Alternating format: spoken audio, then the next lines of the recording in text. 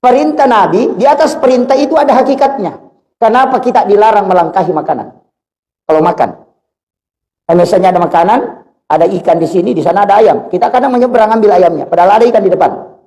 Kita menyeberang. Itu kayak eskapator tangannya itu. Biasanya. Kenapa itu dilarang dalam agama? Padahal semua makanan yang dihidangkan itu kan halal. Tapi kenapa dilarang? Hikmahnya, orang yang mengambil makanan dengan melangkahi makanan yang ada di depannya, itu rezekinya pasti susah. Nanti dia urus baru bisa. Hadratul muhtaramin wal muhtaramat ikhwanu fillah. Alhamdulillah rabbil alamin. Wassalatu wassalamu ala asyrafil anbiya'i wal mursalin. Sayyidina wa maulana wa habibina wa syafi'ina wa ala alihi wa ashabihi wa sahabatihi ajma'in, amma ba'd. Allahumma salli ala sayyidina Muhammadin tibbil qulubi wa dawaiha wa afiyatil abdani wa shifaiha wa nuril absari wa diyaiha wa ala alihi wa sahbihi wa sallim. Yang kami muliakan dan kami ta'zimi Bapak Ketua DKM serta seluruh jajaran pengurus dan seluruh pengurus DKM yang sempat hadir pada malam hari ini, yang kami muliakan dan kami ta'zimi para pejabat-pejabat pemerintah, baik dari RT RW yang sempat hadir, para tamu undangan, para alim ulama, tokoh masyarakat, anak-anakku, para penghafal Al-Quran, para azatis dan azatizah, ibu-ibu majelis taklim, wabil khusus orang tua kita, doa. Semoga Allah Subhanahu wa Ta'ala memberikan keberkahan untuk beliau. Manusia ini, Bapak Ibu sekalian, itu dikenang bukan karena harta, tapi manusia itu dikenang karena jasa. Orang yang mengumpul harta itu beda dengan orang yang mengumpul jasa. Dan orang akan masuk surga itu karena jasa, bukan karena harta. Orang yang banyak memberi bantuan, membukakan jalan kebaikan untuk orang, itu adalah jasa. Bagaimanapun banyaknya harta, kalau kita tidak membuka jasa untuk orang, itu memberikan kebaikan-kebaikan kepada orang, maka itu tidak ada nilainya. Itu kuncinya kehidupan.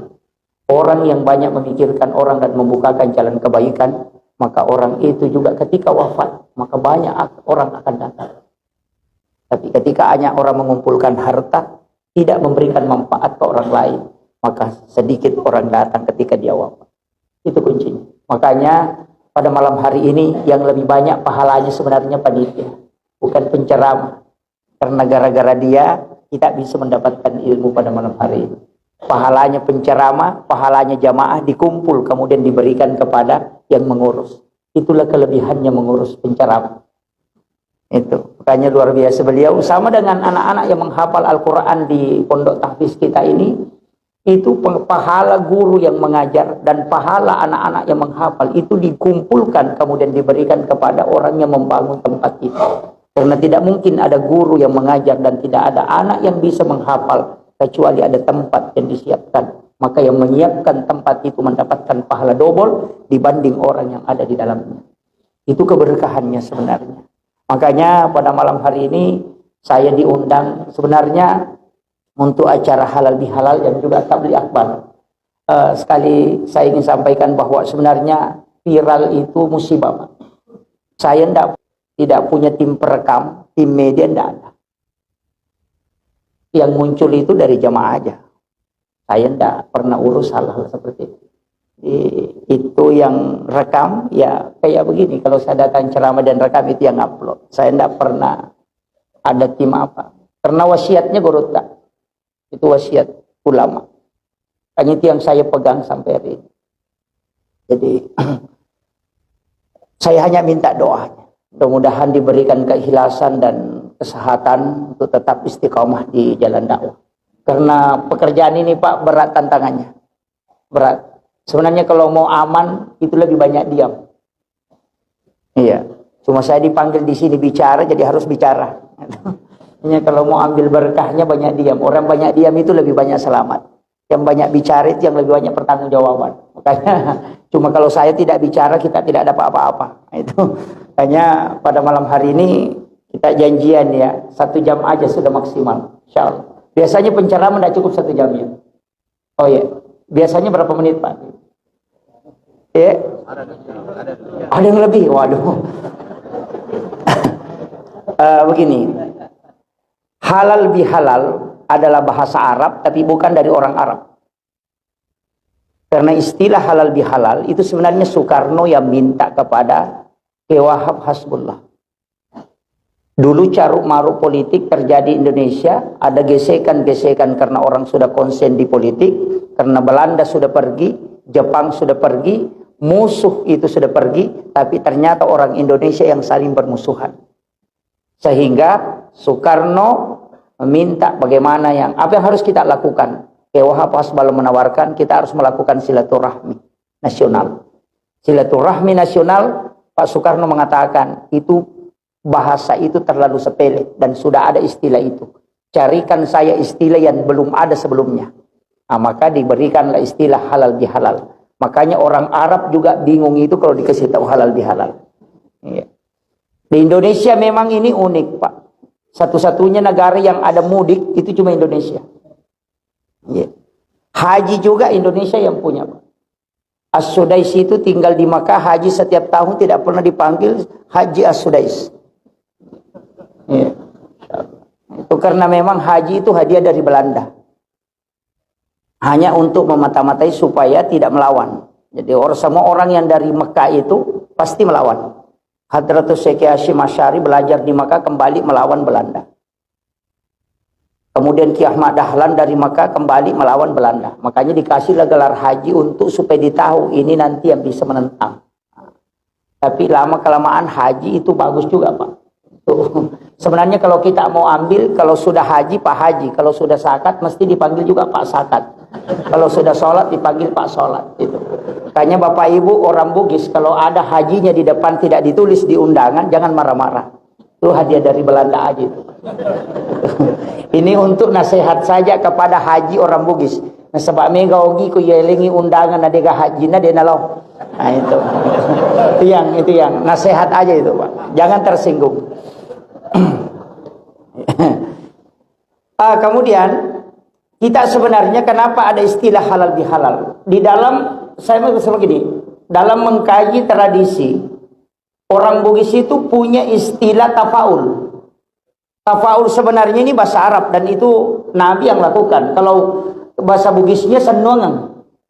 Kalau senongang, kalau bahasa Arabnya tafaul. Makanya Aisyah mengatakan anna Nabi SAW yuhibbut tafaul. Rasul itu suka sekali bertafaul. Tafaul itu maknanya begini, Pak. Mengambil satu ibarat dalam suatu hal yang bermakna doa. Nah, segala sesuatu itu ditarik lari ke doa, punya makna. Makanya kuenya orang Bugis itu juga begitu. Barokah. Cuma kita mengatakan barongko. Suwalla. Kita sholawat kita mengatakan suwalla. Al-katiri mindi makaraki katiri mandi. Al-katiri sholah makaraki katiri salah. Iya, itu kan rumahnya saja itu 55. Kenapa 55? Karena itu 5 waktu sholat. Kenapa anak tangga tidak sama jumlahnya itu ganjil 13, 11? Itu karena Allah ganjil dan menyukai yang ganjil. Sudut-sudut rumah itu kan yang atap itu timpala jana kan 3 lapis, 3 susun. Mulai dari yang paling kecil, tengah, kemudian sedang. Itu sebenarnya Islam, iman, dan ihsan. Itu makna-makna semua, Pak. Jadi dia itu istilahnya senong. Makanya angka-angka juga masuk. Makanya orang Bugis juga kalau ada angka-angka itu biasa dia pakai angka 7. Ya, pitu-pitu. Makanya dulu kalau ada uangnya 77 4 kali, langsung mengatakan indok dinanya. Langsung dia lipat baru simpan di tasnya, mengatakan selama masih ada uangku ini saya tidak pernah kehabisan uang. Ya memang karena uangnya ada di situ. Tapi kalau kita mau kaji dalam ilmu hikmah, ini bukan dalam ilmu itu kan begitu, Pak. Ada ilmu hadis, ada masuk dalam kajian hadis, ada masuk kajian fikih, ada masuk kajian hikmah, ada masuk kajian tasawuf. Itu harus dipisahkan. Tidak boleh digabung. Ulama fikih itu disebut fuqaha. Ulama tauhid itu disebut murabbi. Kalau ulama tasawuf disebut mursyid. Itu beda. Kalau ulama fikih fuqaha, kajiannya itu tentang hukum sah atau tidak. Dalam kajian tauhid itu akidah. Dalam kajian tasawuf itu akhlak. Makanya kalau orang bicara tasawuf itu tidak bicara hukum, dia bicara adab. Tasawuf itu standarnya tinggi. Kalau fikih itu standarnya rendah. Kenapa? Karena dia pakai kaidah makruh, haram, mubah, sunnah, wajib, haram. Kan begitu aja. Makanya kalau dalam fikih itu kalau makruh itu sudah tidak masalah karena hanya kebalikan sunnah. Masuk ke masjid mendahulukan kaki kanan ya sunnah. Tapi kalau kaki kiri ya makruh. Makan menggunakan tangan kiri ya makruh karena sunnahnya tangan kanan. Bukan bid'ah. Cuma ada sekarang selain sunnah bid'ah. Itu jadi masalah. Kalau dia katakan bid'ah kan ujungnya pasti neraka. Kalau dia mengatakan makruh itu tidak masalah. Makanya saya biasa kasih kesimpulan, bid'ah inilah yang membuat kita bermusuhan. Kenapa Syafi'i, Maliki, Hanafi, Ahmad bin Hanbal tidak pernah bertentangan bermusuhan pada beda pendapat? Karena dia pakai 5 hukum ini tadi. Wajib, makruh, haram, mubah, dan sunnah. Dia tidak pakai bid'ah. Walaupun dia tahu bid'ah. Karena bid'ah ini bukan hukum, Pak. Nah, ini yang penting saya sampaikan. Supaya kita nanti mudah. Karena kalau dicampur-campur itu fatal. Ulama tasawuf itu standarnya tinggi sekali, Pak. Sama jika kalau orang pacaran, orang paling senang sama misalnya pacarnya. Nah pacarnya itu tidak suka warna kuning. Tidak mungkin orang itu pakai sandal kuning ketemu pacarnya. Walaupun tidak ada aturannya. Tapi kalau dia sudah tahu dia tidak suka warna kuning, tidak mungkin pakai sandal kuning. Kenapa? Demi menjaga perasaan. Orang yang bertasawuf, begitu di hadapan Allah. Jika ada pakaiannya malu dia pakai ketemu Pak Bupati, mestinya dia lebih malu pakai untuk sholat. Kan kadang kita tidak agak biasa tuh. Daster yang kita pakai mencuci setiap hari. Jadi pakai sholat. Padahal kalau mau ke pesta luar biasa pakaiannya. Ah ini yang nanti kita kalau kaji. Tapi itu kan kaitannya dengan tasawuf. Kalau ulama sufi itu pantang untuk singgah di WC masjid buang air kecil. Tidak mau dia. Lebih di Pertamina itu. Kenapa di WC masjid? Orang yang singgah di WC masjid buang air kecil itu makruh hukumnya. Kalau dalam fikih, tapi kalau Syafi'i itu menyelamatkan kita. Dia bilang, kalau sudah buang air kecil, berwudu dulu, baru pergi. Supaya kau melakukan sunnah. Itu Syafi'i itu. Tapi ulama sufi tidak. Nah itu bedanya. Makanya ulama sufi kalau singgah makan di warung, pasti dia bayar dulu, baru makan. Karena kapan dia makan dulu, baru bayar. Dia katakan sama kalau kau ambil mangganya tetanggamu, nanti sudah kau makan, baru kau minta. Itu begitu. Jadi standar-standar itu beda, Pak. Jadi kalau kajian agama ya begitu aja. Makanya kita harus pisahkan. Yang masuk ilmu hikmah itu, ilmu-ilmu hikmah agak berat juga. Kenapa ilmu hikmah ini berat? Karena dia adalah hakikat dari ilmu. Perintah Nabi, di atas perintah itu ada hakikatnya. Kenapa kita dilarang melangkahi makanan? Kalau makan. Misalnya ada makanan, ada ikan di sini, di sana ada ayam. Kita kadang menyeberang ambil ayamnya. Padahal ada ikan di depan. Kita menyeberang. Itu kayak eskapator tangannya itu. Biasanya. Kenapa itu dilarang dalam agama? Padahal semua makanan yang dihidangkan itu kan halal. Tapi kenapa dilarang? Hikmahnya, orang yang mengambil makanan dengan melangkahi makanan yang ada di depannya, itu rezekinya pasti susah. Nanti dia urus baru bisa. Tapi orang yang mengambil makanan yang ada di depannya saja, maka orang yang akan datang menawarkan rezeki kepadanya. Itu hikmah, Pak. Kenapa perempuan kalau makan dilarang membuka mulut? Kalau mengunyah. Laki-laki kan tidak. Laki-laki itu kalau makan membuka mulut begini tidak masalah. Perempuan tidak boleh. Hanya ketika dia menyuap dia buka mulut. Ketika dia mengunyah itu dia tutup. Begini. Kenapa? Ternyata hikmahnya wanita yang mengunyah tidak membuka mulutnya. Itu suaminya pengantin baru setiap malam. Itu kuncinya, Pak. Itu dalam ilmu hikmah itu.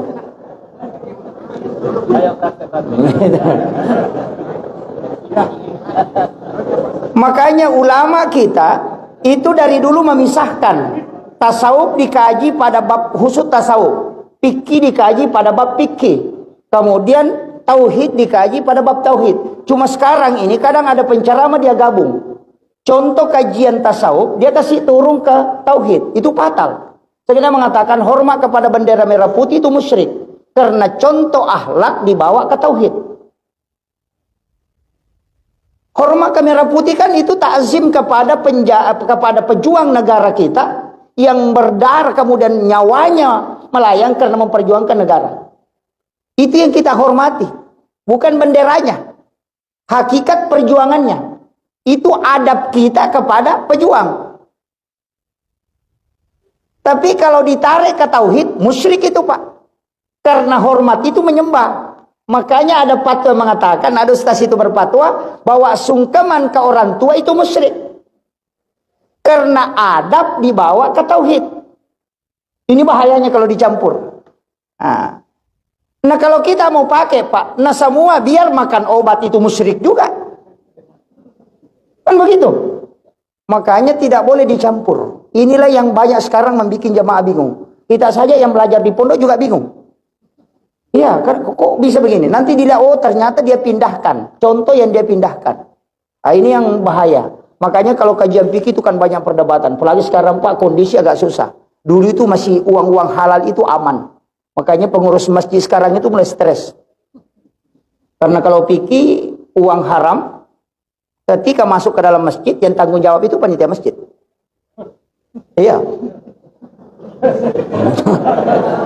Itu panitia masjid tanggung jawab. Makanya sekarang ulama itu dalam kontemporer itu kan sudah mengkaji tuh. Syafi'i, Maliki, Hanafi, Ahmad bin Hanbal, ulama kelas itu mengatakan, jika itu uang haram, itu maka mutlak haram. Kalau kau terima itu 4 hukumannya. Pertama, kau sekongkol dengan haram. Yang kedua, kau tidak menolak keharaman. Yang ketiga, kau mengotori tempat suci. Yang keempat, tidak berkah ibadahnya orang gara-gara engkau. Maka kau harus bertanggung jawab pada 4 sektor ini. Itu panitia masjid Pak yang bertanggung jawab. Tapi kalau Profesor Dr. Yusuf Qaradawi yang meninggal baru-baru, dia mengatakan beda. Justru dia mengatakan kalau pemain judi bersedekah, biar kau tahu pemain judi, kau ambil sedekahnya. Jangan tolak. Karena kapan kau tolak, kau bisa berdosa. Alasannya apa? Kalau pemain judi bersedekah, kau ambil uangnya, pasti dia tidak pakai lagi main judi. Nah, begitu. Kalau kau tidak ambil, dia pakai main judi, dia pakai sabu-sabu, dia pakai main perempuan, justru lebih banyak dosanya dibanding kau kalau kau ambil. Makanya kalau kau ambil kan tidak berdosa, tapi dipisahkan, jangan dicampur. Bikinkan kotak tulis, sumbangan apa botol. Kira-kira begitu. Nah, itu. Iya. Tapi apakah bisa dipakai? Ulama seperti Yusuf Qaradawi itu masih membolehkan. Hanya dipakai untuk bangun WC. Jangan masukkan ke dalam masjid. Pakai bangun menara, pakai bangun pagar. Karena itu tidak ada kaitannya dengan tempat ibadah. Itu kalau, tapi ada lagi ulama yang belakangan seperti Imam Al-Jazuli, itu beda lagi dia. Dia katakan bikin saja kotak amal besar, baru simpan di dekat pintu masjid. Nanti setiap bulan dibuka diambil. Kalau tanya nanti malaikat dia kemudian dari mana, kasih tahu. Saya tidak tahu, cuma ambil di celengan. Selesai. Itu sudah aman Pak. Itu. Makanya ulama-ulama kita itu kan mencari seperti itu. Itu fikih Pak, itu fikih namanya itu. Makanya fikih itu mencari jalan keluar. Kalau tidak dapat jalan keluar, dia keluar jalan Pak. Iya. Makanya ulama-ulama kita dari dulu begitu. Pikir itu seperti Imam Malik juga itu Pak begitu. Pintar. Ketika saya baca, oh ternyata di sini ulama kita berbeda. Saya kadang menangis itu membaca penjelasan-penjelasan ulama. Sampai-sampai itu pendapatnya Imam Malik itu 3 tahun saya tolak. Belajar di pondok saya tolak pendapatnya Imam Malik. Tapi lama kelamaan saya terima juga. Ketika dia mengatakan makan dan minum di siang hari di bulan Ramadan dengan sengaja, itu kafaratnya puasa 60 hari, bukan 1 hari. Itu Imam Malik itu. Jadi kalau ada orang sengaja batalkan puasanya di siang hari di bulan Ramadan tanpa uzur, itu mesti dia ganti 60 hari, bukan 1 hari. Alasannya Imam Malik apa? Nanti ada orang mencurangi agama Pak. Kalau pengantin baru mau berhubungan, dia makan dulu baru berhubungan, kan 1 jina ganti. Kan begitu? Iya. Kalau dia berhubungan di bulan Ramadan di siang hari, karena dia harus ganti 60. Tapi kalau dia makan minum dulu baru berhubungan, kan cuma 1 yang dia ganti. Iya, makan minumnya dia ganti. Karena sudah batal baru berhubungan, berarti gantinya cuma 1. Kalau berhubungan menyebabkan batal, berarti gantinya 60 hari. Makanya dia minum dulu baru berhubungan, makanya cuma ganti 1. Imam Malik bilang ini nanti orang akali, makanya dia bilang makan dengan sengaja ganti 60, berhenti. Makanya itu Imam Malik itu Pak. Makanya lama-lama juga kita terima pendapatnya. Makanya fikih begitu, ada alasannya. Nah, saya ingin sampaikan begini, karena ini berkaitan dengan halal biasa mengatakan tadi itu tafaul. Kenapa dalam agama ini kalau kita kaji hikmah itu lebih dalam Pak? Tapi bukan tasawuf. Orang mengatakan terkecoh, biasa mengatakan tasawuf. Bukan. Hikmah itu bukan tasawuf. Itu adalah ilmu yang lahir dari ilmu. Itu aja kuncinya. Makanya dikatakan ilmu hikmah. Nah, saya kasih tahu kenapa angka 7. 7 hari kelahiran kita disuruh akikah. Kalau tidak sempat tambah 7 hari. Kalau tidak sempat lagi tambah 7 hari. Kenapa 7? Kemudian berikutnya 7 tahun umurnya suruh sholat. Kenapa 7 lagi? Kenapa bukan 5? Kalau 10 tahun pukul kalau tidak sholat kan menghadapi 14 tahun. Tambah 7 hari berarti 27 tahun berarti 21 tahun. 21 sampai 28 itu disuruh menikah. Kalau ada orang tidak menikah 21 sampai 28 nanti 35 baru mau menikah. Nah, iya. Nah, makanya kalau ada orang lambat menikah lewat 23 sudah lewat 28 tidak menikah nanti hilang itu keinginannya menikah. Nanti umur 35 lagi baru muncul. 35 baru langsung 38. 38 nanti lompat ke 40. Makanya di umur 40 itu baru mau kembali. Makanya orang yang sudah menikah itu biasa mau menikah juga di situ. Makanya rata-rata selingkuh itu 38 sampai 43. Nah, di situ. Iya. Ini nih yang kan. Itu hitungan. Dan kenapa angka 7 ini Pak? Kalau kita kaji, tawaf itu kan 7 putaran. Sa'i juga 7 putaran. Lagi 7 lapis. Tanah 7 susun. Suratul Fatihah itu 7 ayat. Anggota sujud itu kan ada 7. 2 lutut, 2 kaki, 2 tangan, 1 kepala. Rakaat sholat itu kan 17 juga di dalamnya ada angka 7. Itu kan kalau angka 7 makanya ada maknanya itu Pak. Orang 7 tahun itu masuk sekolah SD. 7 tahun kemudian masuk SMP. 7 tahun kemudian masuk perguruan tinggi. Kalau ada orang 38 umurnya sampai 42 tidak berhasil, berarti dia tidak akan kaya sampai mati. Tapi kalau dia sukses di bawah 38, berarti orang itu bisa menanjak. Jadi lihat saja, kalau ada orang kaya di bawah 42, berarti dia bisa kaya ke atas. Tapi kalau dia tidak kaya, begitu-begitu saja.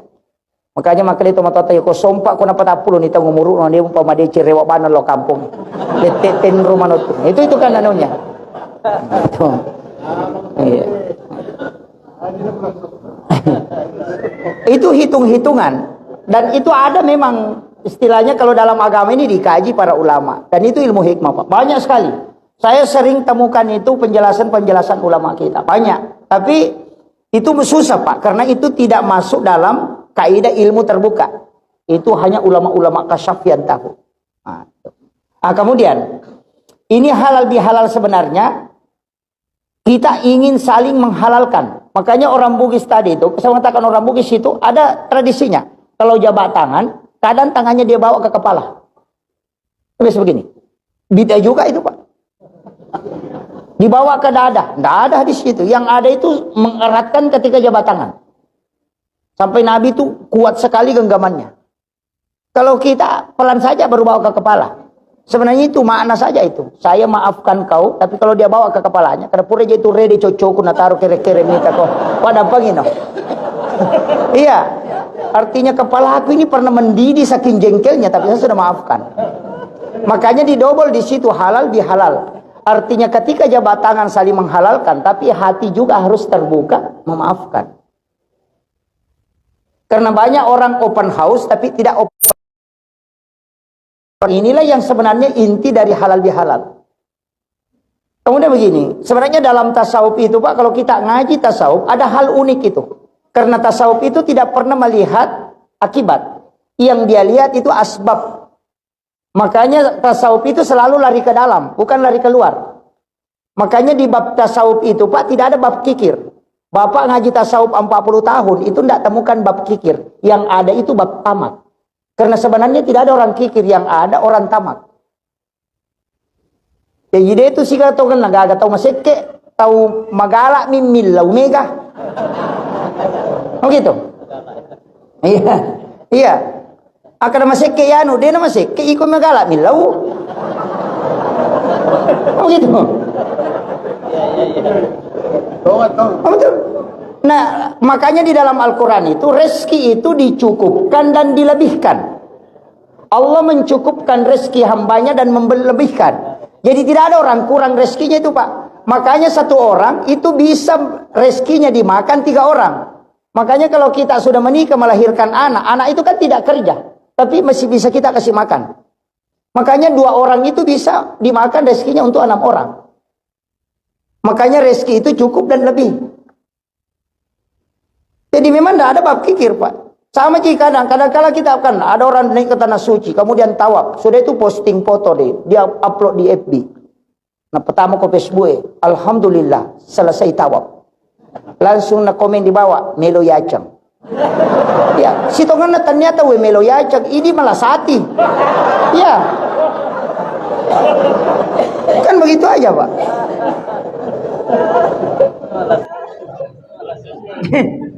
Kan kuncinya di situ. Dan makanya ketika orang mendapatkan kesenangan kemudian kita jengkel, berarti kita yang sakit, bukan orang. Makanya ria itu tidak pernah dianggap ria, kecuali kita yang menilai ria. Kan begitu. Makanya tasawuf begitu. Dan begini, kita ambil ekstrimnya. Yang mana harus disyukuri, lapar atau kenyang? Kalau kenyang yang disyukuri, justru Sayyidina Ali mengatakan, ketika dia bertanya, apakah kau termasuk hamba yang bersyukur? Dia mengatakan, kami bersyukur. Bagaimana cara bersyukur? Dia mengatakan, kalau saya dapat makanan, mengucapkan alhamdulillah, dan saya makan. Ketika saya kenyang, saya memberikan kepada tetangga. Sayyidina Ali mengatakan, anjing di kampung saya juga begitu. Jadi bagaimana caranya? Dia mengatakan begini, kalau yang kau syukuri adalah kenyang, sebenarnya itu keliru, Pak. Karena makanan itu nanti nikmat kalau kita lapar. Itu air putih, Pak. Kalau kita puasa menantang betul itu. Enak betul itu air putih kalau kita haus. Tapi kalau tidak haus, masuk di warkop itu tidak mau pesan air putih. Iya, makanya yang disyukuri itu adalah hausnya dengan laparnya. Makanya Rasulullah itu selalu bersyukur dengan makanan karena dia selalu melaparkan dirinya. Itu kuncinya. Kita akan sekali mencaci makanan istri. Oh ini tidak enak. Sebenarnya kita yang kenyang sekali. Karena sudah makan di warkop, sudah makan di warung, baru tiba di rumah, setengah mati mencaci makanan istri. Kan begitu. Kenapa Nabi tidak pernah mencaci makanan? Karena nikmat terus itu. Itu aja kuncinya, Pak. Makanya dalam tasawuf itu kalau dikaji begitu aja. Jadi lari masuk terus itu. Jadi kau nggak tahu ada orang dapat nikmat kemudian kita jengkel, bukan orang masalah, Pak. Makanya dalam agama ini Nabi sudah selamatkan kita. Saya sudah kaji beberapa kajian itu. Saya kadang mengatakan Rasulullah ini luar biasa, Pak, cara menjaga umatnya. Saya kemarin dapat satu penjelasan dari hadis Nabi. Ketika Rasulullah mengatakan orang yang menerima sedekah itu diminta berdoa. Mendoakan orang yang bersedekah. Jadi bukan orang yang bersedekah disuruh berdoa. Tapi yang disuruh berdoa yang menerima. Kenapa, Pak? Kalau orang yang memberi sedekah itu bisa riya. Tapi orang yang menerima sedekah itu tidak mungkin riya. Makanya pasti doanya mustajabah. Nabi selamatkan itu. Jadi kalau kau bersedekah dengan riya, tapi didoakan oleh orang ikhlas, maka sedekahmu akan diterima. Karena doanya orang ikhlas. Coba, itu kuncinya, Pak. Itu caranya Rasulullah. Nabi sudah minta memang, ya Allah, panggil umatku kepadamu. Jangan kau biarkan dia jauh. Kalau kau memanggilnya dalam keadaan senang, dia tidak datang, panggil dia dalam keadaan susah. Itu Nabi minta, Pak. Makanya kalau kita diberi nikmat, syukuri.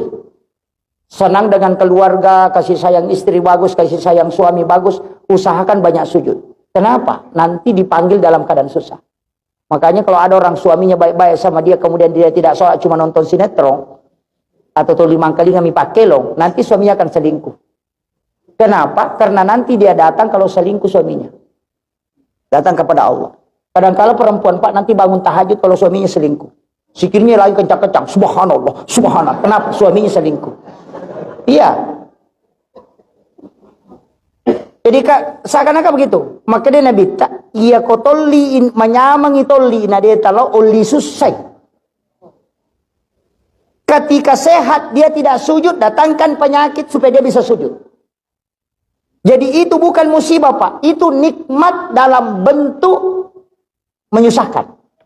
Makanya di dalam konsep umat Islam, umatnya Nabi, tidak ada lagi azab. Dan itu hadis. Nabi minta, jangan kau azab umatku sebagaimana umat-umat terdahulu. Jadi orang mengatakan di Palu itu Pak azab, Rasul mengatakan tidak. Palu itu rahmat Allah. Kenapa? Yang meninggal di Palu itu cuma 2. Tenggelam dan tertimpa bangunan. 2 orang ini semua mati syahid. Orang yang mati tertimpa bangunan mati syahid. Orang yang mati tenggelam mati syahid. Begitu caranya Allah men-setting umatnya Nabi supaya bisa selamat. Cuma kita yang di Makassar bilang kena azab di sana. Kan begitu. Ini kalau kita kaji dalam hakikatnya. Nah, kemudian sebenarnya bulan ini kan masih bulan Syawal. Mungkin sudah banyak yang selesai puasa Syawalnya. Masih ada yang belum, alhamdulillah. Tapi kalau ibu-ibu ini biasakan puasa qadanya masih banyak. Walaupun nanti Syekh As-Sakar itu mengatakan, Mufti Mesir, kalau kita sudah berpuasa 6 hari di bulan Syawal, itu sudah terhitung puasa Syawal, walaupun puasa qada. Jadi kan hanya mengatakan berpuasa 6 hari di bulan Syawal.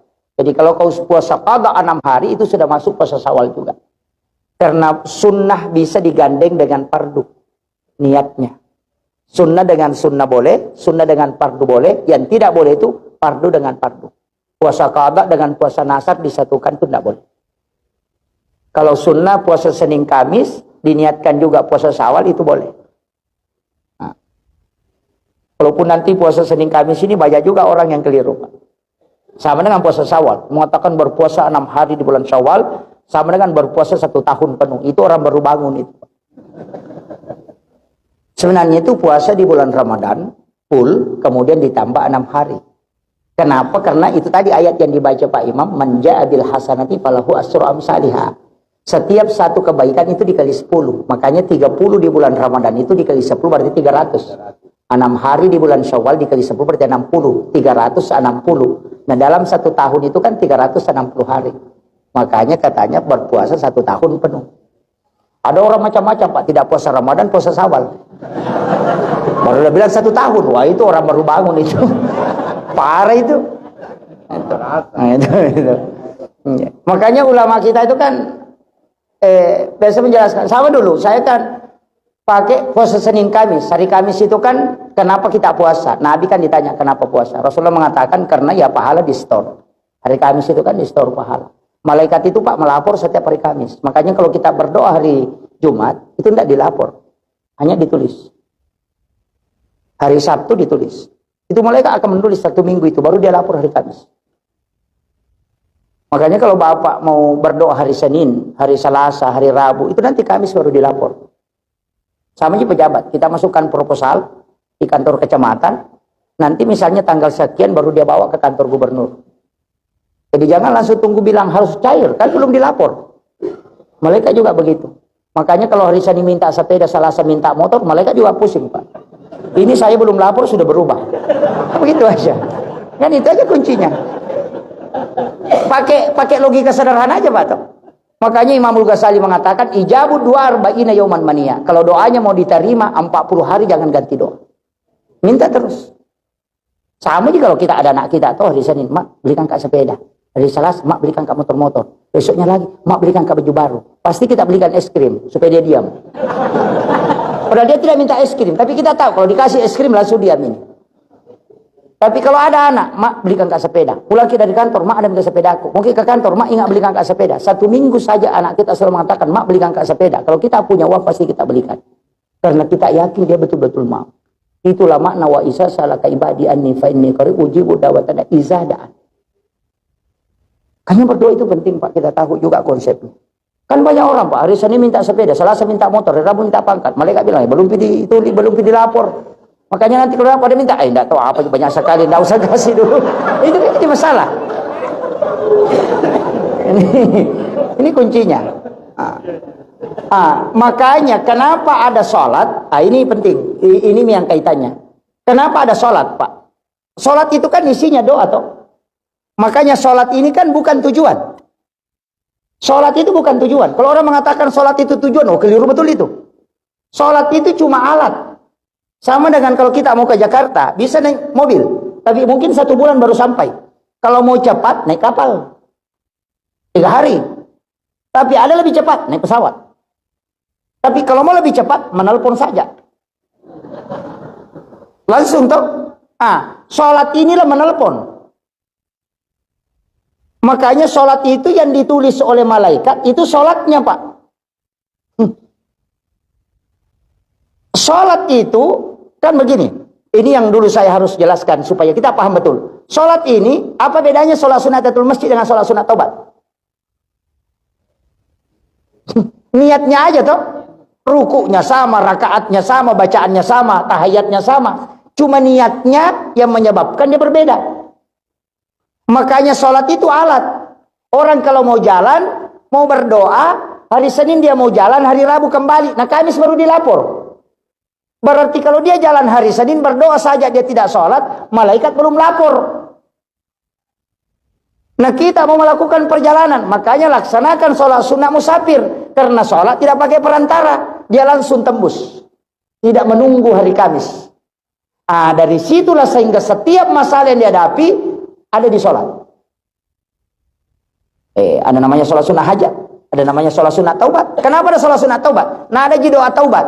Nah kalau doa taubat, nah belum dilapor malaikat, nah kau meninggal, bagaimana? Makanya sholat sunnah taubat memang kok supaya dilapor cepat. Itu kuncinya. Makanya ada namanya sholat istihara, bingung istihara namanya. Kalau punya hajat ya sholat sunnah hajat. Kalau mau jalan ya sholat sunnah musafir, kan begitu aja. Karena kalau kau mau jalan hari Senin pulang hari Kamis, hari Rabu, hari Senin berangkat pulang hari Rabu, nah belum dilapor itu. Karena Kamis baru dilapor. Nah bila manin, bila sudah pulang nih. Begitu. Makanya ini sholat intinya. Makanya Rasulullah setiap menghadapi masalah pasti solusinya di sholat. Jadi di dalam sholat kita meminta, bukan di luarnya. Ada juga orang nanti selesai salam baru berdoa, terlambat ki bos. Sama orang menelpon nanti mati HP-nya baru minta. Kan begitu. Makanya minta di dalam sujud, itu minta di situ. Tidak usah dilepaskan, cukup dalam hati. Dan satu-satunya ibadah Pak yang tidak bisa dicampur itu cuma sholat. Kalau orang puasa nonton TV itu tidak batal puasanya. Tapi kalau dia sholat nonton TV pasti batal sholat. Iya.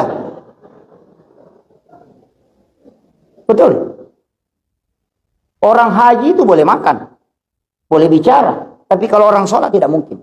Dan satu-satunya ibadah yang mengumpulkan semua dimensi itu cuma sholat.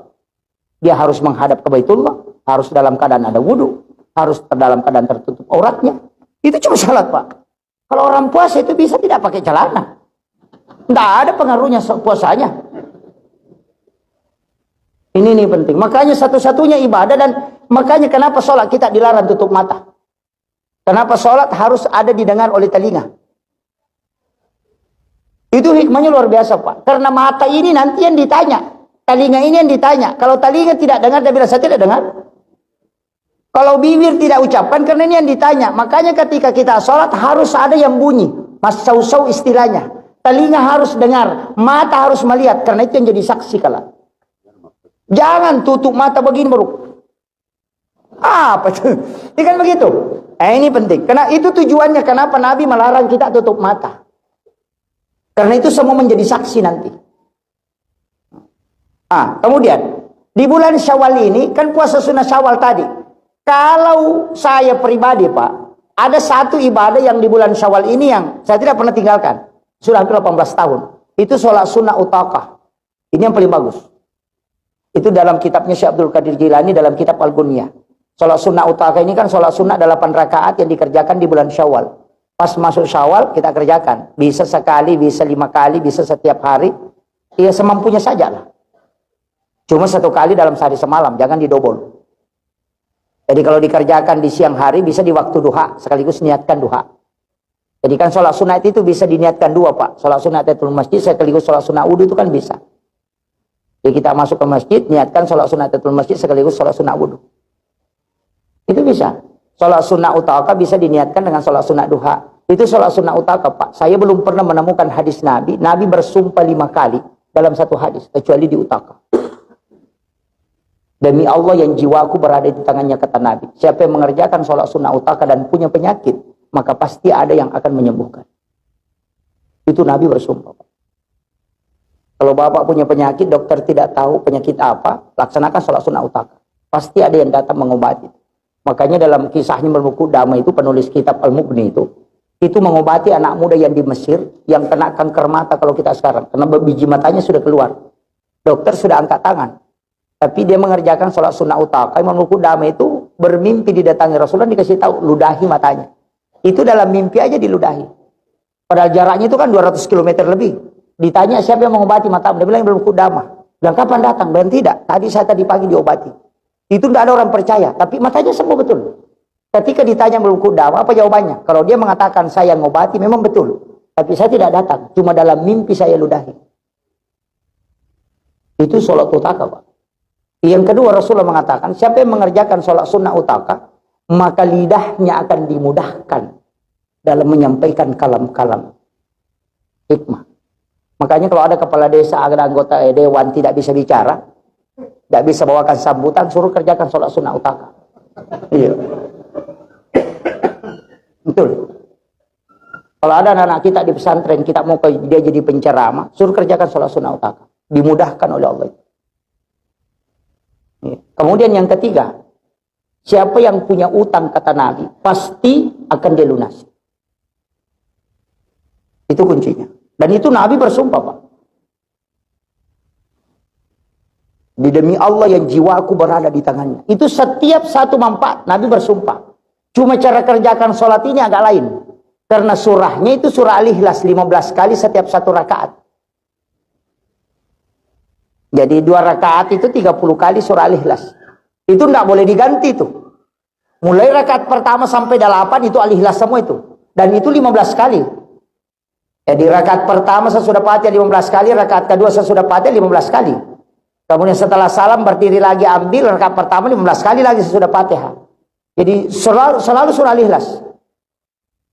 Dan setelah selesai 8 rakaat baru kita baca zikir. Subhanallah bihamdi subhanallahil azim, baru Allahumma sholli ala sayyidina Muhammad wa ala ali sayyidina Muhammad. Itu masing-masing 70 kali. Itu bisa dikerjakan di waktu tahajud. Yang paling bagus itu sebenarnya dikerjakan antara maghrib dengan isya. Itu dikasih sama sholat sunat awabin. Kan di antara maghrib dengan isya itu kan ada sholat di situ. Sholat sunat awabin. Yang Rasulullah mengatakan siapa yang mengerjakan sekali sholat sunat awabin, itu sama dengan kalau dia sholat 12 tahun lamanya. Dan diampuni dosanya selama 80 tahun. Itu sholat sunat awabin, Pak. Makanya dalam Islam ini ada beberapa ibadah itu yang gampang tapi pahalanya besar. Seandainya orang mau ambil, dari situlah kenapa Nabi berdoa, umatku jangan kau panjangkan umurnya sebagaimana umat-umat terdahulu. Makanya Rasulullah katakan likulli shay'in hasabi wa hasabi ummati baina sittina wa sab'in. Itu Nabi yang minta, Pak. Kita ini tidak, umur kita tidak sampai 300 tahun, 400 tahun. Itu karena Nabi yang minta kepada Allah. Kasih pendek umurnya umatku. 60-70 saja. Hanya bapak-bapak yang sudah 70 ya siap-siap. Nah, iya. Nabi kan mengatakan, likulli shay'in hasabi wa hasabi ummati baina sittina wa sab'in. Antara 60-70 tahun. Kenapa Nabi meminta supaya umurnya pendek? Tidak sama Nabi bisa. Umatnya kan ada sampai 700 tahun. Nabi katakan kalau dia berdosa terlalu lama dihisab. Bayangkan kalau dia main judi, Pak, kalau umurnya 600, itu 500 tahun main judi. Kalau 60 tahun dia main judi, Pak, paling tinggi 30 tahun. Karena dia nulis lari kona liwangiro. Ya. Makanya Nabi supaya tidak lama dihisab, tapi Nabi minta untuk pahalanya jangan kasih sama Nabi yang terdahulu. Diberikanlah ibadah-ibadah bonus. Ada Lailatul Qadar, ada sholat sunat awabin, ada puasa ayyamul bid, semua tajamah, puasa mutih, 14, 15, 16. Itu puasanya Nabi Adam. Ketika dia diturunkan ke bumi, puasa 1 hari, sepertiga badannya putih, puasa 1 hari kemudian, sepertiga lagi badannya putih, puasa 1 hari kembali, kemudian sepertiga lagi badannya putih. Sehingga ulama kita mengatakan, kalau mau awet muda, amalkan puasa mutih. Tubuhmu itu kuat. Orang sepuasa mutih itu terjaga. Hanya ada beberapa itu, Pak, termasuk puasa hari kelahiran. Makanya Nabi kan puasa di hari kelahiran. Makanya ketika Nabi ditanya kenapa puasa pada hari Senin, Nabi mengatakan karena saya lahir hari Senin. Seandainya Nabi ditakdirkan lahir hari Rabu, maka dia akan puasa hari Rabu. Seandainya dia ditakdirkan lahir hari Selasa, maka dia akan puasa hari Selasa. Makanya kalau Bapak lahir hari Rabu, puasa hari Rabu. Karena di sana sunnahnya puasa sunnah hari kelahiran. Cuma kebetulan Rasulullah lahir hari Senin, maka dia puasa hari Senin. Kalau Bapak lahir hari Selasa, puasa hari Selasa. Gitu. Saya bilang, wah salah itu saya Ustaz. Selalu puasa Senin. Oh, enggak salah. Makanya ulama hadis itu mengatakan, siapa yang puasa pada hari Senin, maka dia puasa sunnah hari kelahiran Nabi. Tapi siapa yang berpuasa pada hari kelahirannya, maka dia mengikuti Nabi berpuasa sebagaimana Nabi berpuasa pada hari kelahirannya. Tapi orang yang berpuasa pada hari kelahiran, itu tidak ada penyakit yang bisa merusak tubuhnya. Itu berkah. Cuma kadang kita tidak tahu tanggal hari apa kita lahir. Itu masalahnya. Itu puasakan. Iya. Itu kadang kita tidak tahu. Tapi ya, kita ambillah hari Senin berkah puasa kelahiran Nabi. Kita minta pada Rasulullah supaya diberikan keberkahan. Itu aja kuncinya. Nah. Kemudian jangan ambil pusing ini ya Pak. Jadi itu makanya kajian-kajian ulama kita begitu. Kadang dalam satu hadis itu ada 3 pendapat. Iya. Karena begitu. Kadang-kadang kita langsung menyalahkan. Oh, ini begini. Padahal dia tidak tahu kaidahnya. Nah, kemudian tadi saya kembali ke sholat sunnah utaka. Sholat sunnah utaka ini Pak, kita sebenarnya bisa mengerjakan. Kalau kita pakai awabin, itu bisa juga di tahajud. Cuma kalau di tahajud itu kan cuma itu yang tidak boleh diganti surahnya. Itu enak sekali Pak dikerjakan. Tidak lama itu. Apalagi kalau dikasih cepat saja. Allah samad lam yalid walam yulad walam yakul lahu kufuwan ahad. Itu kan 15 kali itu. Bahkan ada satu di dalam kitab Bidayatun Nihaya, ada satu sholat itu yang Rasulullah mengatakan siapa yang sholat 4 rakaat sebelum Jumat dan istiqomah, maka dia tidak meninggal kecuali dia melihat tempatnya di surga. Makanya ada orang itu yang tahu bahwa ini adalah Jumat terakhir saya sholat Jumat. Saya sudah tidak mendapati Jumat minggu depan. Kenapa? Karena sudah dinampakkan tempat. Dia pasti tahu bahwa saya sudah tidak sholat Jumat lagi. Dari situ ada orang tahu kalau dia mau meninggal. Ini salah satu amalannya. Karena Rasulullah mengatakan tidak akan meninggal kecuali dinampakkan tempatnya di surga. Kalau dia sudah dibukakan tabir, dilihatkan tempat terindah, di situ bahwa kau kalau akan berada di sini, maka itu dia sudah tahu bahwa sholat Jumat yang akan datang saya sudah tidak dapat. Nah, itu kuncinya. Tapi itu sholat sunnah Pak, 4 rakaat. Itu di hari Jumat. Dan surah yang dibaca itu surah Al-Ikhlas. Itu ada di kitab Bidayatun Nihaya. Karena yang Hujatul Islam Imam Al-Ghazali. Makanya kalau sebelum sholat Jumat, kerjakan itu 4 rakaat. Sholat Jumat. Sebelum sholat Jumat, 4 rakaat. 2 rakaat 1 salam. Cuma surah yang dibaca surah Al-Ikhlas. 50 kali setiap 1 rakaat. Itu setengah jam. 50 kali, pas 200.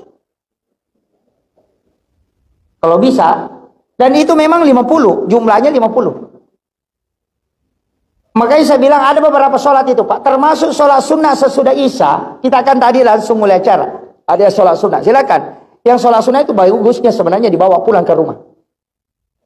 Lebih besar pahalanya kalau di rumah. Makanya Nabi mengatakan, la taj'al buyutakum maqabira. Jangan kau jadikan rumahmu sebagai kuburan. Nawiru buyutakum bikiraatil Quran wassalam. Terangi rumahmu dengan bacaan Al-Quran dengan sholat. Makanya sholat fardu di masjid, sholat sunnah dibawa ke rumah.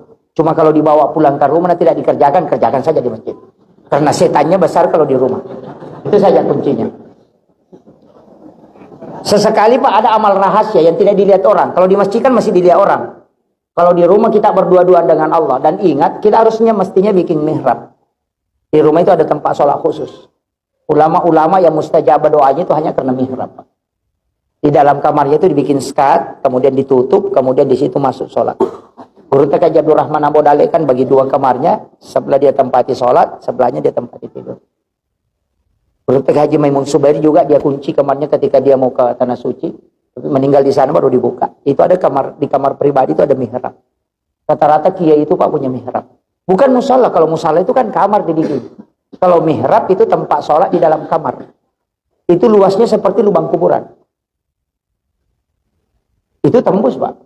Makanya dari mana sumbernya? Itu kan dari Maryam. Ketika Nabi Zakaria membuatkan mihrab di dalam kamarnya toh, dia bikin mihrab, kemudian dia tutup jendelanya, dia kunci pintunya dari luar. Tapi setiap dia masuk dia dapat makanan. Kullama dahala 'alaiha Zakaria al-mihrab wajada indaha rizqan. Setiap Nabi Zakaria masuk ke dalam kamarnya mihrabnya Maryam, itu langsung dapat makanan. Dan anehnya, itu makanan musim panas di musim dingin. Artinya kayak bukan musim durian, kok ada durian di sini? Nah kuncinya saya pegang. Makanya dia bertanya, "Anna laki hasa?" Dari mana ini? Apa jawabannya Maryam? "Huwa min indillah." Dari situlah guru tak kenapa ada uang didapat santrinya dari bawa sajadahnya ketika mau pulang. Itu dari mihrab. Itu ayat Pak yang bilang.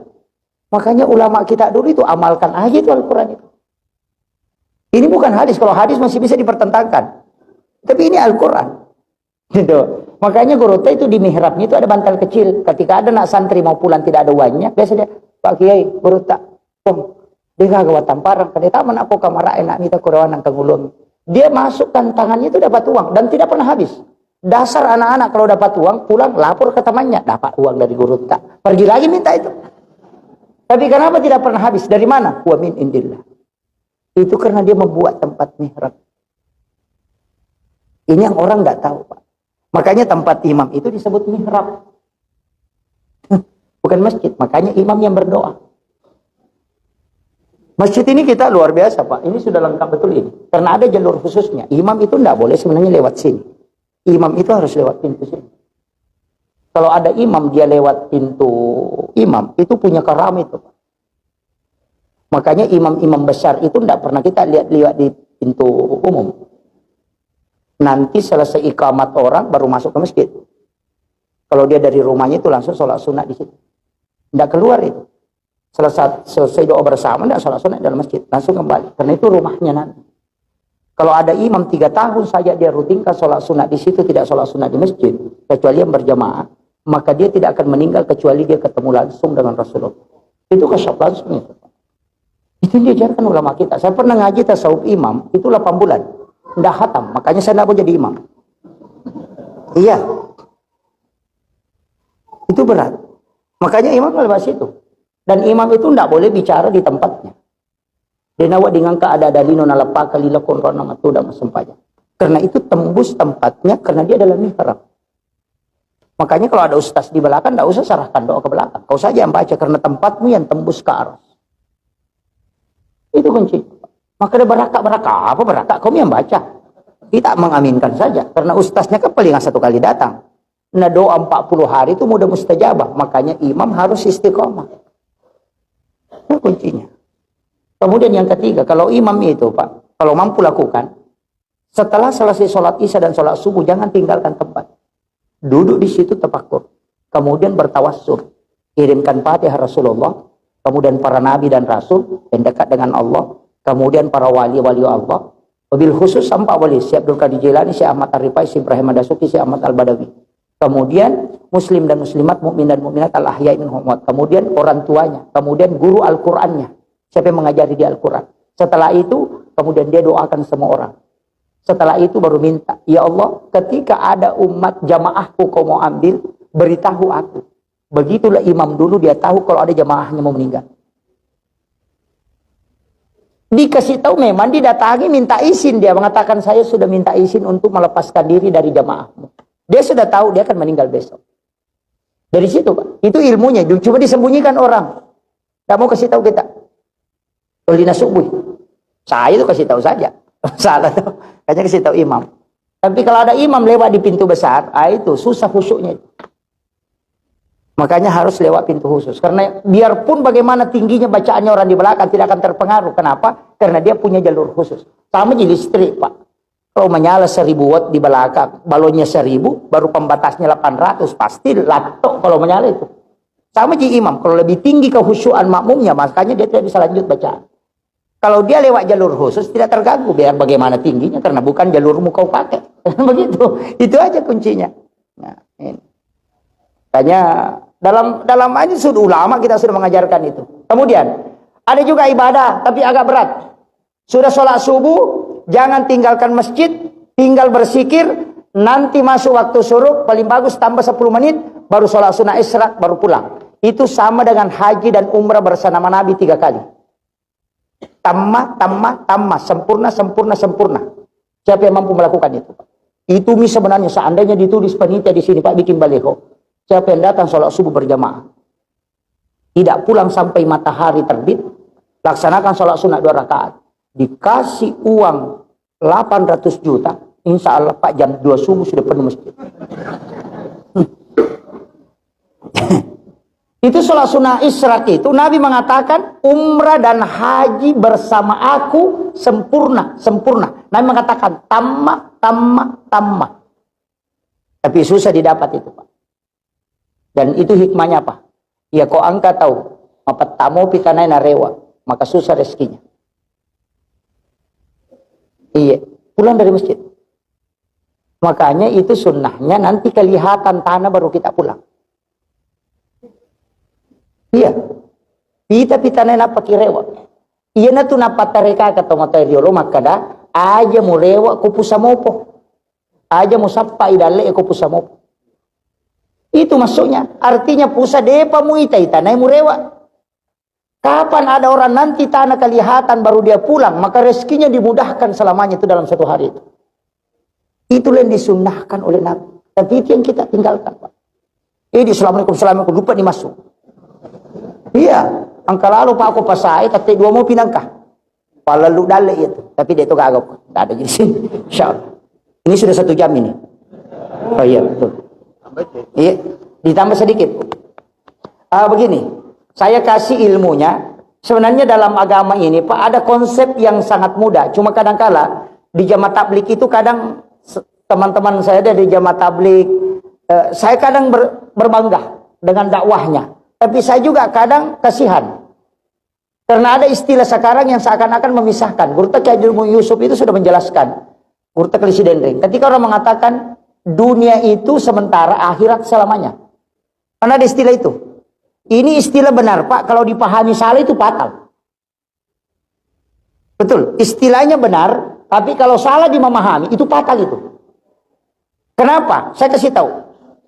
Dalam hidup ini, ketika kita menghitung nanti ibadah kalau di masjid, bangkrut betul kita itu. Ya kuya paniasa pakasibia ko sampaja, rogila ada togang. Kenapa? Kita berapa kali sholat saja? 5 kali toh. Subuh, duhur, asar, maghrib, isya. Kalau 5 menit satu waktu sholat, berarti hanya 25 menit. Nah kita dikasih waktu 24 jam. Jadi kalau 25 menit kita mau hitung itu yang kita pakai sholat. Itu yang mau dihadapkan sama Allah. Nah kita dikasih waktu 24 jam. Hanya tidak cukup setengah jam. Kita pakai melapor, bangkrut betul kita itu. Belum lagi gosipnya setengah jam. Sholat maghrib 5 menit, gosip 1 jam. Tunggu waktu isya. Bangkrut betul kita itu. Belum lagi keikhlasan, belum lagi kehusyuan dalam sholat. Makanya Rasulullah itu sudah mempatok itu. Ulama dulu dalam tasawuf sudah mempatok. Ini yang saya mau kasih, ini yang terakhir. Bagaimana caranya mematok itu? Begini. Orang tidur, bagaimana orang tidur itu 8 jam, itu bisa menjadi sholat. Kan itu dicari. Orang sholat, kita tidur, itu sama-sama pahalanya. Maka bahwa tidak bisa itu, Ustaz. Oh bisa, Pak. Justru bisa dikalahkan orang sholat itu dengan tidur. Makanya adaan itu mengatakan, an-naumul alim khairum min sholatil jahil. Tidurnya orang alim mengalahkan sholatnya orang bodoh. Kalau salah paham ini Pak, fatal. Bagaimana caranya? Itu kan ada kisahnya. Iblis mau masuk masjid, bolak-balik. Di pintu sudah masuk begini, mundur lagi. Masuk begini, mundur lagi. Nabi lihat, ini siapa? Kayaknya enggak saya lihat. Oh ternyata iblis. Dia tanya, kenapa kok begitu? Sudah masuk kembali lagi. Iblis bilang, saya mau masuk ganggu itu orang yang sholat, tapi saya takut sama itu orang yang tidur. Itu di Sahih, Pak. Nabi mengatakan, kok bisa? Mana kami tahu iya atau mati dia minta atau masam pajak? Agan asam. Orang yang tidur itu, orang tidak pernah berhenti berzikir kemudian dia tidur. Tapi yang sholat itu ingatannya lari-lari. Inilah sehingga ada istilah an-naumul alim khairum min sholatil jahil. Tidurnya orang alim mengalahkan sholatnya orang bodoh. Bagaimana caranya? Nah, ini kuncinya. Kalau mau tidur, niatkan. Nah, ini niatkan bahwa mau tidur lebih awal supaya saya bisa bangun sholat tahajud. Berapa lama kita tidur itu dihitung sholat. Karena tidurnya untuk sholat. Ini yang disebut dengan tidur ilahiyah. 3 tidur itu yang berpahala. Tidurnya orang untuk bangun cepat sholat, sama tidurnya orang yang istirahat karena sudah sholat, untuk sholat. Sudah sholat tahajud sampai jam 3, nanti jam 4:45 baru masuk subuh, dia mengatakan, saya agak kelelahan, mau tidur-tidur dulu supaya bangun sholat subuh. Itu berapa lama dia tidur, itu dihitung sholat. Coba. Dan satu-satunya ibadah Pak yang tidak ada dosanya itu tidur. Iya. Karena orang sholat itu bisa berdosa. Hari kemarin minta iman, lampi Pak bacaan, kan ada begitu. Tapi orang tidur itu kan tidak ada dosanya. Makanya mengatakan nanaumu tarkul haram. Satu-satunya ibadah yang meninggalkan haram itu cuma tidur. Tidak ada dosanya orang tidur. Bagaimana orang tidur bisa berdosa? Nah, tidak bisa gosip, tidak bisa. Tidak ada. Makanya orang yang tidur itu untuk bangun sholat. Sama kita. Matin rumah sijak apa motok menonton Pak Golo. Itu kan tidak ada apa-apa itu. Kenapa kita disuruh berniat sebelum tidur? Karena di situ kuncinya Pak. Kalau kita tidur 8 jam, berarti dihitung sholat sunat 8 jam. Semua tidur harus dibawa ke situ. Nanti kan ada yang mengikat. Jadi hadisnya lain mengatakan umatku adalah umat yang paling beruntung karena meninggalkan satu kebaikan menuju kepada kebaikan yang lain. Bagaimana caranya? Nanti kalau sujud terakhir sholat subuh, itu niatkan untuk sholat duhur. Iya naruh ya, sampai tepat tuh. Ini yang orang tidak tahu Pak. Baru dia salahkan, mengatakan, oh itu atareka salah itu. Dia tidak paham, itu hadis Nabi. Hujjatul Islam Imam Al-Ghazali membahas dalam kitabnya itu khusus bab tentang niat. Kenapa? Karena niat kunci segalanya. Makanya kalau sholat duhur, kalau sudah sholat duhur, di sujud terakhir, niatkan untuk sholat asar. Kalau kau meninggal antara duhur dengan asar, berarti meninggalmu menuju ke sholat. Itu orang mati syahid. Itulah kenapa diistilahkan ada orang meninggal di tempat tidurnya, tapi dia tetap mati syahid. Ini yang orang tidak tahu. Disembunyikan betul itu. Nah, bulan itu, kenapa terika ke magiri manu, Pak Pedang? Gampang saja itu, Pak. Iya. Itu sebenarnya kuncinya. Makanya beda tuh niat sembahyang, beda niat mau sholat. Niat sholat itu ada pada takbir, niat mau sholat itu di sujud terakhir. Itu kuncinya. Karena makanya orang yang berniat melakukan satu kebaikan itu sudah dicatat di sisi Allah. Dan itu sudah dijaga. Oh, kalau bapak sujud terakhir sholat duhur baru tidak berniat sholat asar, kalau meninggalkan terputus itu. Makanya itu nangka yasa kada sampai tepat tuh. Nah, ini. Sudah tahu situ tahu? Nah, ini gampang sekali Pak. Nah, kalau tidak tahu itu fatal itu. Kalau jenis terluka kan lain lagi. Saya tidak bahas itu dulu. Nanti stres kalau masuk banyak sekali itu. Kemudian itu tadi, makanya di dalam sholat kita harus pakai itu Pak. Pakai itu. Jadi sebelum di sujud terakhir itu pakai. Ada pakai sebelum salam. Kalau saya pakai sujud terakhir paling aman. Sujud terakhir. Walaupun sholat kan penutupnya di salam toh. Jadi setiap kita sambung itu, sambung terus. Orang keluarkan zakat tahun ini, niatkan juga berzakat tahun depan. Ketika rezekimu sudah tidak cukup, itu sudah dicatat kebaikannya selama. Di sujud terakhir kalau sholat tarawih, itu niatkan untuk sholat tarawih tahun depan. Itu kau sudah dicatat untuk tembus ke situ. Jika kau kurban tahun ini, niatkan untuk kurban tahun depan. Makanya disuruh datang kalau mau disembelih. Supaya di situ berniat. Supaya tembus dengan tahun depan. Kalau kau tidak sempat lagi berkurban, pahalanya kau sudah dapat. Itu rugi betul kita itu. Makanya kita ini berjalan terus menuju kebaikan. Kemudian penutupnya, kalau kita ke pasar apa yang kita bilang? Kita selalu bilang, "Nelo pasai sapa-sapa dale." Itu keliru betul itu. Itu rezeki sudah tidak dicari, Pak, karena sudah ada. Cuma mau diambil. Aja tak karena kalau sapa dale. Akadaki me kalau mala dale halala na Allah Ta'ala. Untuk keluarga dan anak-anakku. Rasulullah mengatakan, "Man kharaja fi baiti," siapa yang tinggalkan rumahnya untuk mengambil nafkah halalnya, nafkah rezeki halal Allah untuk diri, keluarga dan anak-anaknya, maka perjalanannya dihitung jihad fisabilillah. Berapa lama kita duduk di pasar menjual itu dihitung jihad. Maka inilah makna jadikan seluruh hidupmu ibadah karena Allah. Itulah makna inna sholati wa nusuki wa mahyaya wa mamati lillahi rabbil alamin. Ini yang banyak orang tidak tahu Pak, pada setiap hari dia baca. Tapi insya Allah jamaah sini sudah tahu. Iya. Alhamdulillah. Itu saja dipakai. Pakai itu Bu. Ibu-ibu itu luar biasa pahalanya. Tapi saya kasih kunci. Ini penutupnya. Kunci kehidupan itu Pak. Sebenarnya cuma 3. Takzim kepada orang tua. Orang tua itu ada 2. Orang tua yang melahirkan kita dan orang tua yang menyerahkan anaknya kepadamu. Itu mertua. Yang kedua, takzim kepada guru-gurumu. yang mengajarkan kepadamu walaupun harfan, walaupun satu huruf. Kalau kau mau hidupmu berkah, takzim kepada 3 orang. Orang tuamu, orang tua menyerahkan anaknya kepadamu, dan kepada guru-gurumu. Jika engkau perbaiki adabmu, akhlakmu kepadanya, dan takzim kepadanya, hidupmu akan berkah. Ditambah 1, istrimu. Saya kasih tahu, Pak. Iya, saya tidak mengatakan satu saja, jelasnya istrimu. Kenapa? Konsep hidup kalau berkah itu dari istri.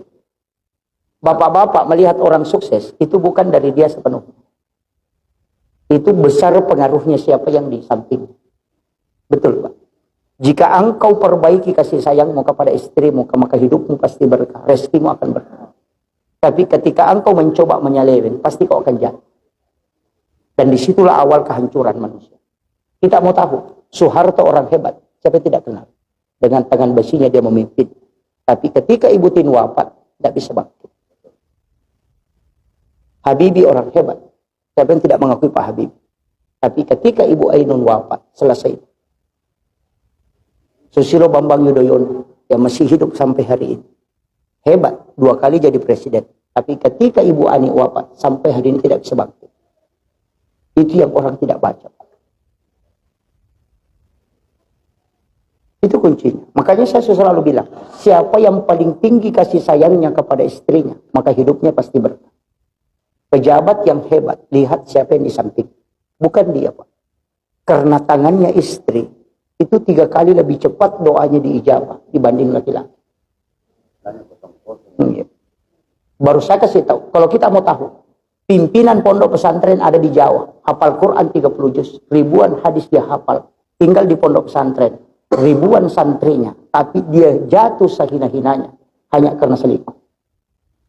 Orang yang hafal Quran pun sudah dijamin selamat, bisa dihinakan oleh Allah, apalagi yang tidak hafal Quran.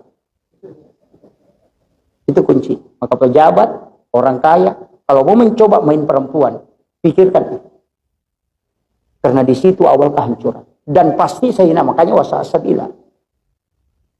Dan ayat pasti benar, Pak, tidak mungkin. Itu kunci.